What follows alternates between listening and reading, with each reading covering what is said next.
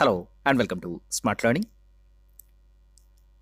আজকে আমি এমন একটা টপিক নিয়ে আলোচনা করব যেটা 1 ফেব্রুয়ারি বাজেট আসার পর থেকে প্রত্যেকের মুখে মুখে প্রচারিত হচ্ছে, চারিদিকে লেখালেখি হচ্ছে। প্রত্যেকটি নাগরিকের এবং সিভিল সার্ভিস অ্যাসপিরেন্টের এই বিষয়টা সম্পর্কে জানা অবশ্যই প্রয়োজন। সেটা হচ্ছে, সরকার কি সমস্ত কিছু বিক্রি করে দিতে চলেছে? সরকারি বলে কি আগামী দিনে খুব কম জিনিসই পড়ে থাকবে, আর কিছুই কি থাকবে না? সরকার কি সমস্ত কিছু বিক্রি করে দিচ্ছে? বিষয়টা আসলে কি? আমরা দেখেছি নিউজ পেপারে বেয়ার মিনিমাম এর কথা বলা হয়েছে, অর্থাৎ সরকারি নিয়ন্ত্রণের হাতে খুব কম অংশ রেখে বাকিটা প্রাইভেটাইজেশনের দিকে কি চলে যাচ্ছে সম্পূর্ণ? এই সমস্ত বিষয় নিয়ে আলোচনা করব, সমালোচনামূলক আলোচনা, যেটা কিন্তু লেখার জন্য অত্যন্ত উপযোগী, এবং বিষয়টা আমি সম্পূর্ণ স্পষ্টভাবে এখানে আলোচনা করব। তো ডিসইনভেস্টমেন্ট, বিলগ্নিকরণ, এই বিষয়টায় আমাদের আলোচনার কেন্দ্রবিন্দু। এই বিষয়টা বুঝলে আমরা কিন্তু সরকারের যে মূল মোটিভ, উদ্দেশ্য, সেটা আমাদের কাছে স্পষ্ট হবে। সেটা কি? বিলগ্নিকরণ হচ্ছে সরকার দ্বারা তার সংস্থা, প্রকল্প বা সম্পত্তি বিক্রয় বা তরলীকরণ, বা যেটাকে বলে লিকুইডেশন। সরকারি যে সমস্ত সংস্থাগুলো আছে সেগুলো, প্রকল্প এবং সম্পত্তি সমস্ত কিছু কিন্তু বিক্রয় করা বা অন্য কোনো সংস্থার হাতে তুলে দেওয়া বোঝায়। কি করে এখানে সরকার? অর্থনৈতিক বোঝা হ্রাস করে নির্দিষ্ট উদ্দেশ্যে অর্থ সংগ্রহ করে থাকে এবং রাজস্ব আদায়ের ঘাটতি পূরণের জন্য এটা করে থাকে। ফিসক্যাল ডেফিসিট আমরা যেটা বলি, রাজস্ব আদায়ের যে ঘাটতি, সেটা মেটানোর জন্য, এবং অর্থনৈতিক বোঝা হ্রাস বা কোনো নির্দিষ্ট পার্টিকুলার উদ্দেশ্য থাকে, তার জন্য এই কাজটা সরকার করে থাকে। এখন এর মানেই কি পুরোপুরি বেসরকারিকরণ? সেটা কিন্তু নয়। বিষয়টা কি? ডিসইনভেস্টমেন্ট কিন্তু মূলত 3 ধরনের হয়ে থাকে। মাইনরিটি ডিসইনভেস্টমেন্ট, সেখানে কি হয়? 51% সরকারের হাতে, 51% বা তার বেশি থাকে, অর্থাৎ অর্ধেকের বেশি মালিকানা সেটা সরকারের হাতে থাকছে। অর্ধেকের বেশি কিন্তু, তাহলে বাকি যে যে যাদের হাতে থাকছে তারা অর্ধেকের কম থাকছে। এক্ষেত্রে নিয়ন্ত্রক হিসেবে কিন্তু সরকার উঠে আসছে। খুব গুরুত্বপূর্ণ বিষয়, এটা আমাদের বুঝতে হবে। এলআইসির ক্ষেত্রে যেটা হয়েছে, যেটা আগের বাজেটেই বলা হয়েছিল, সেক্ষেত্রে কিন্তু এলআইসির 10% মাত্র বাজারের হাতে ছাড়া হচ্ছে, অর্থাৎ 90% সেখানে সরকারের হাতে আছে। তাহলে পুরোপুরি নিয়ন্ত্রক সংস্থা কিন্তু সেখানে সরকার। এখন 51%-এর বেশি যে সংস্থার হাতে থাকবে, তারা কিন্তু নিয়ন্ত্রণ করবে সেই কোম্পানিটা। এই ব্যাপারটা বুঝতে হবে। তাহলে যে সমস্ত সংস্থা 51%-এর বেশি থাকছে সরকারের হাতে, সেগুলো কিন্তু পুরোপুরি নিয়ন্ত্রণ সরকারের হাতে থাকবে। তো সেটা নিয়ে ভাবনা চিন্তা বিশেষ কিছু বিষয় নেই। তো এখানে পরেরটা রয়েছে মেজরিটি ডিসইনভেস্টমেন্ট। সেটা কি? অধিক অংশ, অর্থাৎ যেটা অধিকাংশ অংশই কিন্তু সরকার ছেড়ে দিচ্ছে অন্য সংস্থার হাতে। তো সেখানে 50%-এর বেশি অবশ্যই অন্য সংস্থার হাতে চলে যাচ্ছে, বা আলাদা আলাদা সংস্থার হাতে সেটা চলে যাচ্ছে। সেখানে কিন্তু সরকারি নিয়ন্ত্রণ আর থাকছে না।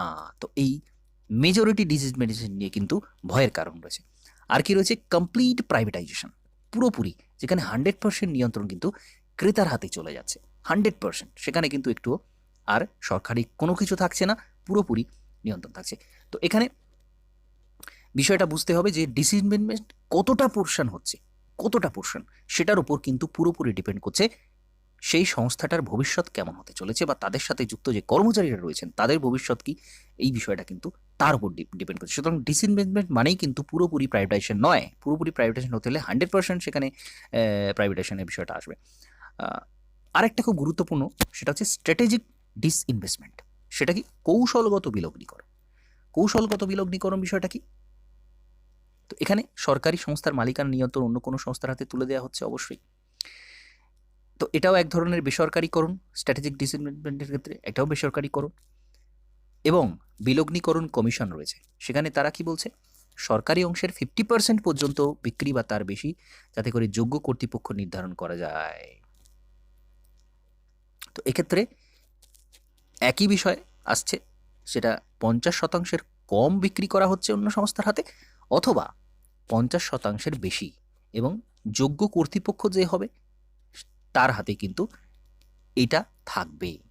আচ্ছা, যদি দেখা যায় যে সেই সরকারি সংস্থাটা কিন্তু সরকার আর চালাতে পারছে না, খুব রুগ্ন অবস্থাতে চলে এসেছে, অর্থাৎ সেখানে সরকার অবশ্যই যোগ্যতম কর্তৃপক্ষ নয়, তখন কিন্তু সেখানে 50%-এর বেশি স্টেক বেসরকারের হাতে তুলে দেওয়া হবে বা বিভিন্ন সংস্থার হাতে তুলে দেওয়া হবে, এই বিষয়টা এখানে বলতে চাওয়া হচ্ছে।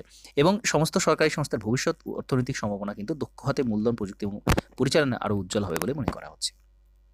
আচ্ছা, এবার খুব গুরুত্বপূর্ণ একটা বিষয় আমরা দেখব, বর্তমান সরকারে কি শুধুমাত্র এই বেসরকারীকরণের চেষ্টা করছে বা বিলগ্নীকরণের চেষ্টা করছে, নাকি এর আগেও ঐতিহাসিকভাবে বিভিন্ন সময়ে বেসরকারীকরণ হয়েছে বা বিলগ্নীকরণ হয়েছে? এ সম্পর্কে কিন্তু একটা ক্রিটিক্যাল দৃষ্টিভঙ্গি অবশ্যই তুলে রাখা প্রয়োজন। তো আমাদের জানতে হবে এখন কিন্তু শুধুমাত্র এটা হচ্ছে না, এটা কিন্তু দীর্ঘ সময় এর আগেও কিন্তু হয়েছে। তো এ ব্যাপারে বলতে গিয়ে মূল যে বিষয়টা সেটা বলতে হয় যে ভারতবর্ষ যখন স্বাধীনতা প্রাপ্তি হলো, স্বাধীনতা প্রাপ্তির পর থেকে ভারতবর্ষ কিন্তু ছিল তো মূলত সোশিয়ালিস্ট ইকোনমিটা গ্রহণ করার দিকে কিন্তু বেশি ঝুঁকেছিল, যেটা 5 ইয়ার প্ল্যান, যেটা রাশিয়ার কাছ থেকে এসেছিল, ইউএসএসআর এর কাছ থেকে যে 5 ইয়ার প্ল্যান এসেছিল, সেটা কিন্তু পুরোপুরি সোশ্যালিস্টিক ধারণা একটা। অর্থাৎ প্রথম দিকে ভারতবর্ষ কিন্তু অধিকাংশ ঝুঁকেছিল সোশ্যালিস্ট কান্ট্রি হিসেবে, বা যেটা আমরা অর্থনীতির দিক থেকে বলি সমাজতান্ত্রিক ধাঁচের অর্থনীতি, যেখানে সরকারি নিয়ন্ত্রণ অধিক থাকবে, সেটা হচ্ছে সমাজতান্ত্রিক ধাঁচের অর্থনীতি। আর ধনতন্ত্র, যেটা সরকারের হাতে নিয়ন্ত্রণ কম থাকছে, বাজারের হাতে অধিক নিয়ন্ত্রণ চলে যাচ্ছে। তো এই বিষয়টাই এখানে মূল আলোচ্য বিষয়। ডিসইনভেস্টমেন্ট যত বেশি করা হবে, যত বেশি বেসরকারীকরণের দিকে ঝোঁকা হবে, তত বেশি কিন্তু সেটা অবশ্যই ধনতন্ত্রের দিকে বিষয়টা চলে যাচ্ছে। অর্থাৎ ভারতবর্ষ কিন্তু ধীরে ধীরে ধনতন্ত্রের দিকে এগোচ্ছে। আমরা বলে থাকি কি ভারতবর্ষ হচ্ছে মিক্সড ইকোনমির কান্ট্রি, কিন্তু এক সময় ছিল বেশি সোশ্যালিস্টিক দিকে ঝুঁকে থাকার প্রবণতা, বর্তমানে কিন্তু বেশি চলে যাচ্ছে ধনতন্ত্রের দিকে ঝুঁকে থাকার প্রবণতা। এই বিষয়টা আমাদের গুরুত্বপূর্ণ মনে রাখতে হবে। ঐতিহাসিক দৃষ্টিভঙ্গিতে আমরা কি দেখব, যে প্রথম 4টে দশক, স্বাধীনতার পর প্রথম 4টে দশক কিন্তু ভারতবর্ষের ক্ষেত্রে একেবারে সরকারি নিয়ন্ত্রণ, এবং সেটাই মনে করা হতো যে বিকাশের একমাত্র শর্ত। কিন্তু পরবর্তীকালে কি দেখা গেল, 1991 সালে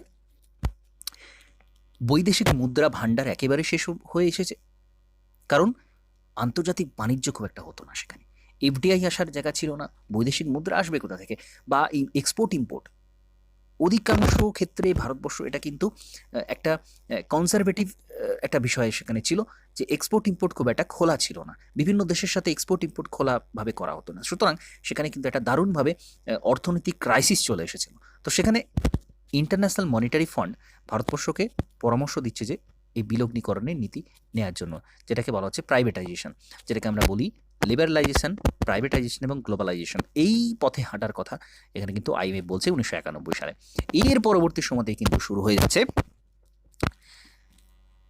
পাবলিক সেক্টর বিভিন্ন যে এন্টারপ্রাইজগুলো রয়েছে, তো তার বিলগ্নীকরণ শুরু হয়েছে, এবং 1991-92 দেখা যাচ্ছে 31টা পিএসইউকের বিলগ্নীকরণ করা হচ্ছে, এবং 3038 কোটি টাকা এটা কিন্তু সেখান থেকে বাজার থেকে তুলে নেওয়া হচ্ছে। খুব গুরুত্বপূর্ণ, এখানে খুব গুরুত্বপূর্ণ ইনফরমেশনগুলো রয়েছে ঐতিহাসিক দৃষ্টিভঙ্গিতে। এটা কিন্তু মেন্সের অ্যান্সার রাইটিং হোক বা যে কোনো জায়গাতে মেন্সের অ্যান্সার রাইটিংয়ের জন্য অত্যন্ত গুরুত্বপূর্ণ একটা এখানে ডেটাগুলো দেওয়া রয়েছে। 1996-তে ডিসইনভেস্টমেন্ট কমিশন তৈরি হচ্ছে, যার চেয়ারম্যান হচ্ছে জি.ভি. রামাকৃষ্ণন, এবং এটা 1996-তে তৈরি হচ্ছে ডিসইনভেস্টমেন্ট কমিশন। খুব গুরুত্বপূর্ণ বিলগ্নীকরণের পরামর্শ দানের জন্য, কিন্তু এটা বন্ধ করে দেওয়া হচ্ছে 2004 সালে। এরপরে কি হচ্ছে, 1999-তে ডিপার্টমেন্ট অফ ডিসইনভেস্টমেন্ট তৈরি করা হচ্ছে, যেটা 2001 সালের সেপ্টেম্বরে মিনিস্ট্রি অফ ডিসইনভেস্টমেন্টে পরিবর্তিত হচ্ছে। 2001 সালে ডিসইনভেস্টমেন্টের জন্য একটা আলাদা করে মিনিস্ট্রি তৈরি করা হচ্ছে। ডিসইনভেস্টমেন্ট এতটাই গুরুত্ব পাচ্ছে 2001 সালের নাগাদ, এটা আলাদা একটা মিনিস্ট্রি চলে আসছে এখানে ডিসইনভেস্টমেন্টের জন্য। কিন্তু পরবর্তীকালে 2004 সালে দেখা যাচ্ছে কি মিনিস্ট্রি অফ ফাইন্যান্সের অধীনে এই ডিসইনভেস্টমেন্টের বিষয়টা নিয়ে চলে আসা হচ্ছে, অর্থাৎ আলাদা করে কোনো আর মিনিস্ট্রি রাখা হচ্ছে না। এবার ডিপার্টমেন্ট অফ ডিসইনভেস্টমেন্ট, যেটা ছিল মিনিস্ট্রি অফ ফাইন্যান্সের অধীনে, যেটা চলে এসেছিল 2006 সালে, এটার নাম পরিবর্তন করে কি রাখা হচ্ছে, এটা 2016 হবে, 2016 সালে এটা হচ্ছে DIPAM, department of investment and public asset management. DIPAM very very important, বর্তমান সময়ে অত্যন্ত প্রাসঙ্গিক। এটা কিন্তু 2016 সালে তৈরি হচ্ছে, এবং সেটা ডিপার্টমেন্ট অফ ডিসইনভেস্টমেন্টের নাম পরিবর্তন করে কিন্তু এই ডিপাম বা department of investment and public asset management এর নামকরণ করা হচ্ছে, যেটা পাবলিক সেক্টর আন্ডারটেকিংগুলির কৌশলগত বিলগ্নীকরণের মূল সংস্থা। অর্থাৎ এই যে পাবলিক সেক্টর আন্ডারটেকিং যেগুলো রয়েছে, যেগুলোকে বিলগ্নীকরণ করা হবে, সেটা কিন্তু করা হবে এই ডিপামের মাধ্যমে।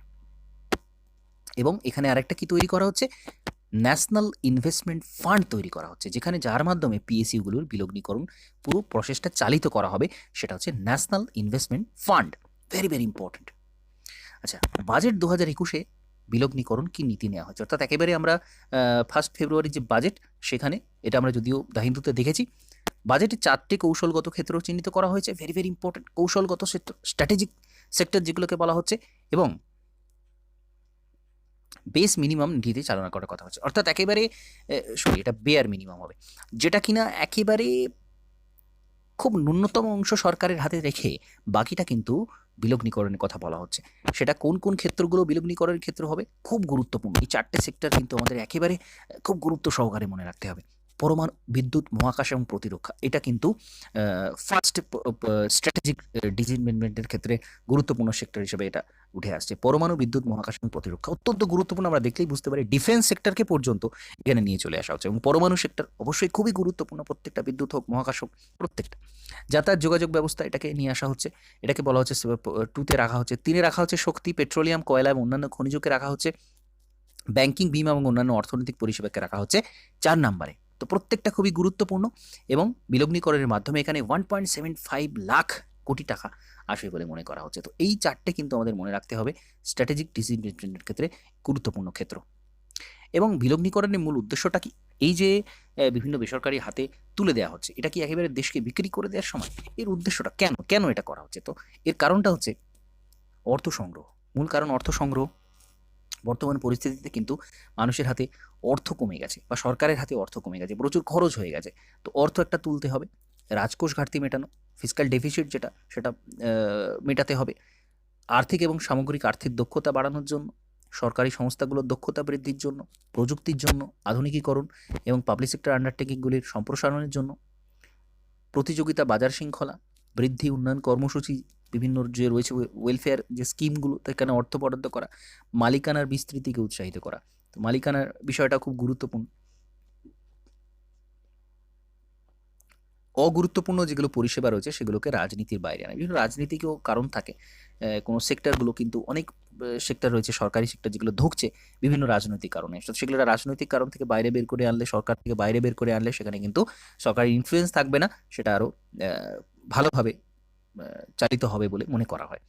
এবং বাণিজ্যিক ঝুঁকির একটা স্থানান্তরকরণ, সরকারের হাতে একটা ঝুঁকি থাকে বিভিন্ন বাণিজ্যিক ক্ষেত্রে, যে ঝুঁকিটা সেটা সরকারের হাত থেকে অন্য জায়গাতে ট্রান্সফার করে দেওয়া হচ্ছে। বিলগ্নীকরণের গুরুত্বটা কি? এটাতে কি হতে পারে?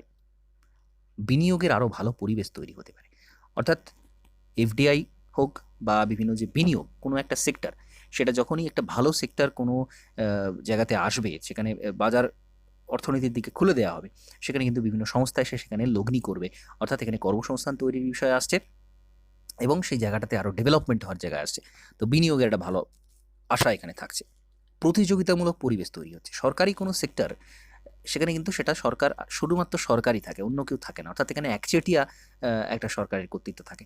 তো এখানে বিলগ্নীকরণের একটা উদ্দেশ্য হচ্ছে প্রতিযোগিতামূলক বাজার তৈরি করা, যাতে ফলে কি হয়, উন্নয়নটা আরও বেশি, যে যে প্রোডাক্টটা তৈরি করছে সরকার, সেটা শুধুমাত্র তার হাতে দিয়েই তৈরি হচ্ছে, তাহলে সেখানে উৎকৃষ্টতা আসার জায়গা থাকছে। কিন্তু যখনই সেটা প্রতিযোগিতার জায়গায় চলে আসবে, সেখানে কিন্তু একটা উৎকৃষ্টতা জায়গায় চলে আসছে। আশা করা হচ্ছে কৌশলগত ক্রেতা এই সংস্থাগুলি বিকাশের জন্য নতুন পরিচালনা প্রযুক্তি বিনিয়োগ আনবে। তো এটা অবশ্যই যে সংস্থাটা আসছে ওটা নেয়ার জন্য, সরকারি সংস্থাটা নেওয়ার জন্য, সেই সংস্থা তার সাথে সাথে নতুন প্রযুক্তি আনতে পারে, বিনিয়োগ আনতে পারে, আরও অন্য উদ্ভাবনী পদ্ধতি ব্যবহার করতে পারে, যেটা সরকারি সংস্থা সব ক্ষেত্রে হয় না, সেটা কিন্তু এরা করার চেষ্টা করছে। কিন্তু এখানে খুব গুরুত্ব দিতে হবে, গুরুত্ব দিয়ে লক্ষ্য রাখতে হবে কতগুলো বিষয়। কি কি বিষয়? লাভজনক সংস্থা যেন সরকার বিক্রি করে না দেয়। যে সমস্ত সংস্থা, সরকারি সংস্থা যেগুলো রুগ্ন হয়ে রয়েছে, যেগুলো ভুগছে, যেগুলো আর লাভজনক অবস্থায় নেই, লোকসান হচ্ছে প্রচুর সরকারের, সেসব সংস্থা ছেড়ে দিতে পারে। কিন্তু যেগুলো লাভজনক সংস্থা, সেগুলো যদি বেসরকারি হাতে চলে যায়, তাহলে সরকারের কিন্তু একটা ঘাটতি সেখানে আসবে অবশ্যই। গুরুত্বপূর্ণ বৈদেশিক সংস্থা কিন্তু বৈদেশিক নিয়ন্ত্রণে চলে যেতে পারে। যখনই আমরা বিদেশের হাতে খুলে দেবো বিভিন্ন জায়গাতে বিনিয়োগের জন্য, তাহলে তাদের হাতে সেটা চলে যাবে, অর্থাৎ 51%-এর বেশি যখন স্টেক কোনো বিদেশের হাতে থাকে যাচ্ছে, তখন কিন্তু একটা খুব প্রতিরক্ষা, মহাকাশ, পেট্রোলিয়াম এই সমস্ত ক্ষেত্রে ভয়ঙ্কর পরিস্থিতি তৈরি হতে পারে। যেটার উপর সবচেয়ে বেশি গুরুত্ব দেওয়া প্রয়োজন সেটা হচ্ছে এটা, যে বিদেশের হাতে এই সব সেক্টরগুলো যেন না চলে যায়। শ্রমিকদের সামাজিক সুরক্ষা বিঘ্নিত হতে পারে, অর্থাৎ যারা কর্মচারী রয়েছেন সরকারের হাতে থাকলে তাদেরকে চট করে ছাঁটাই করে দেওয়ার ব্যাপারটা আসছে না, বন্ধ করে দেওয়ার ব্যাপারটা আসছে না, কিন্তু যখনই বেসরকারি হাতে যাবে তখন কিন্তু তারা একটা নিরাপত্তাহীনতায় ভুগতে পারে, যে কোনো সময় তাদের কিন্তু ছাঁটাই করে দেওয়া হতে পারে, যেটা কিন্তু এই ধনতান্ত্রিক অর্থব্যবস্থার একটা ভয়ঙ্কর পরিস্থিতি, যেটা যে কোনো সময় কিন্তু তাদেরকে বাজার যখনই খারাপ যাবে, যখনই সংস্থার আয় কমে যাবে, তাদের কিন্তু ছাঁটাই করে দেওয়ার একটা ব্যাপার চলে আসে। তো সেই বিষয়টা সুরক্ষিত করতে হবে অবশ্যই। যেগুলো খুবই গুরুত্ব দিয়ে দেখার প্রয়োজন সেগুলো কিন্তু এটার মধ্যে রয়েছে। বাজারের হতাশাজনক অবস্থা যুক্তিসঙ্গত ক্রেতার অভাব খারাপ অবস্থার দিকে নিয়ে যেতে পারে।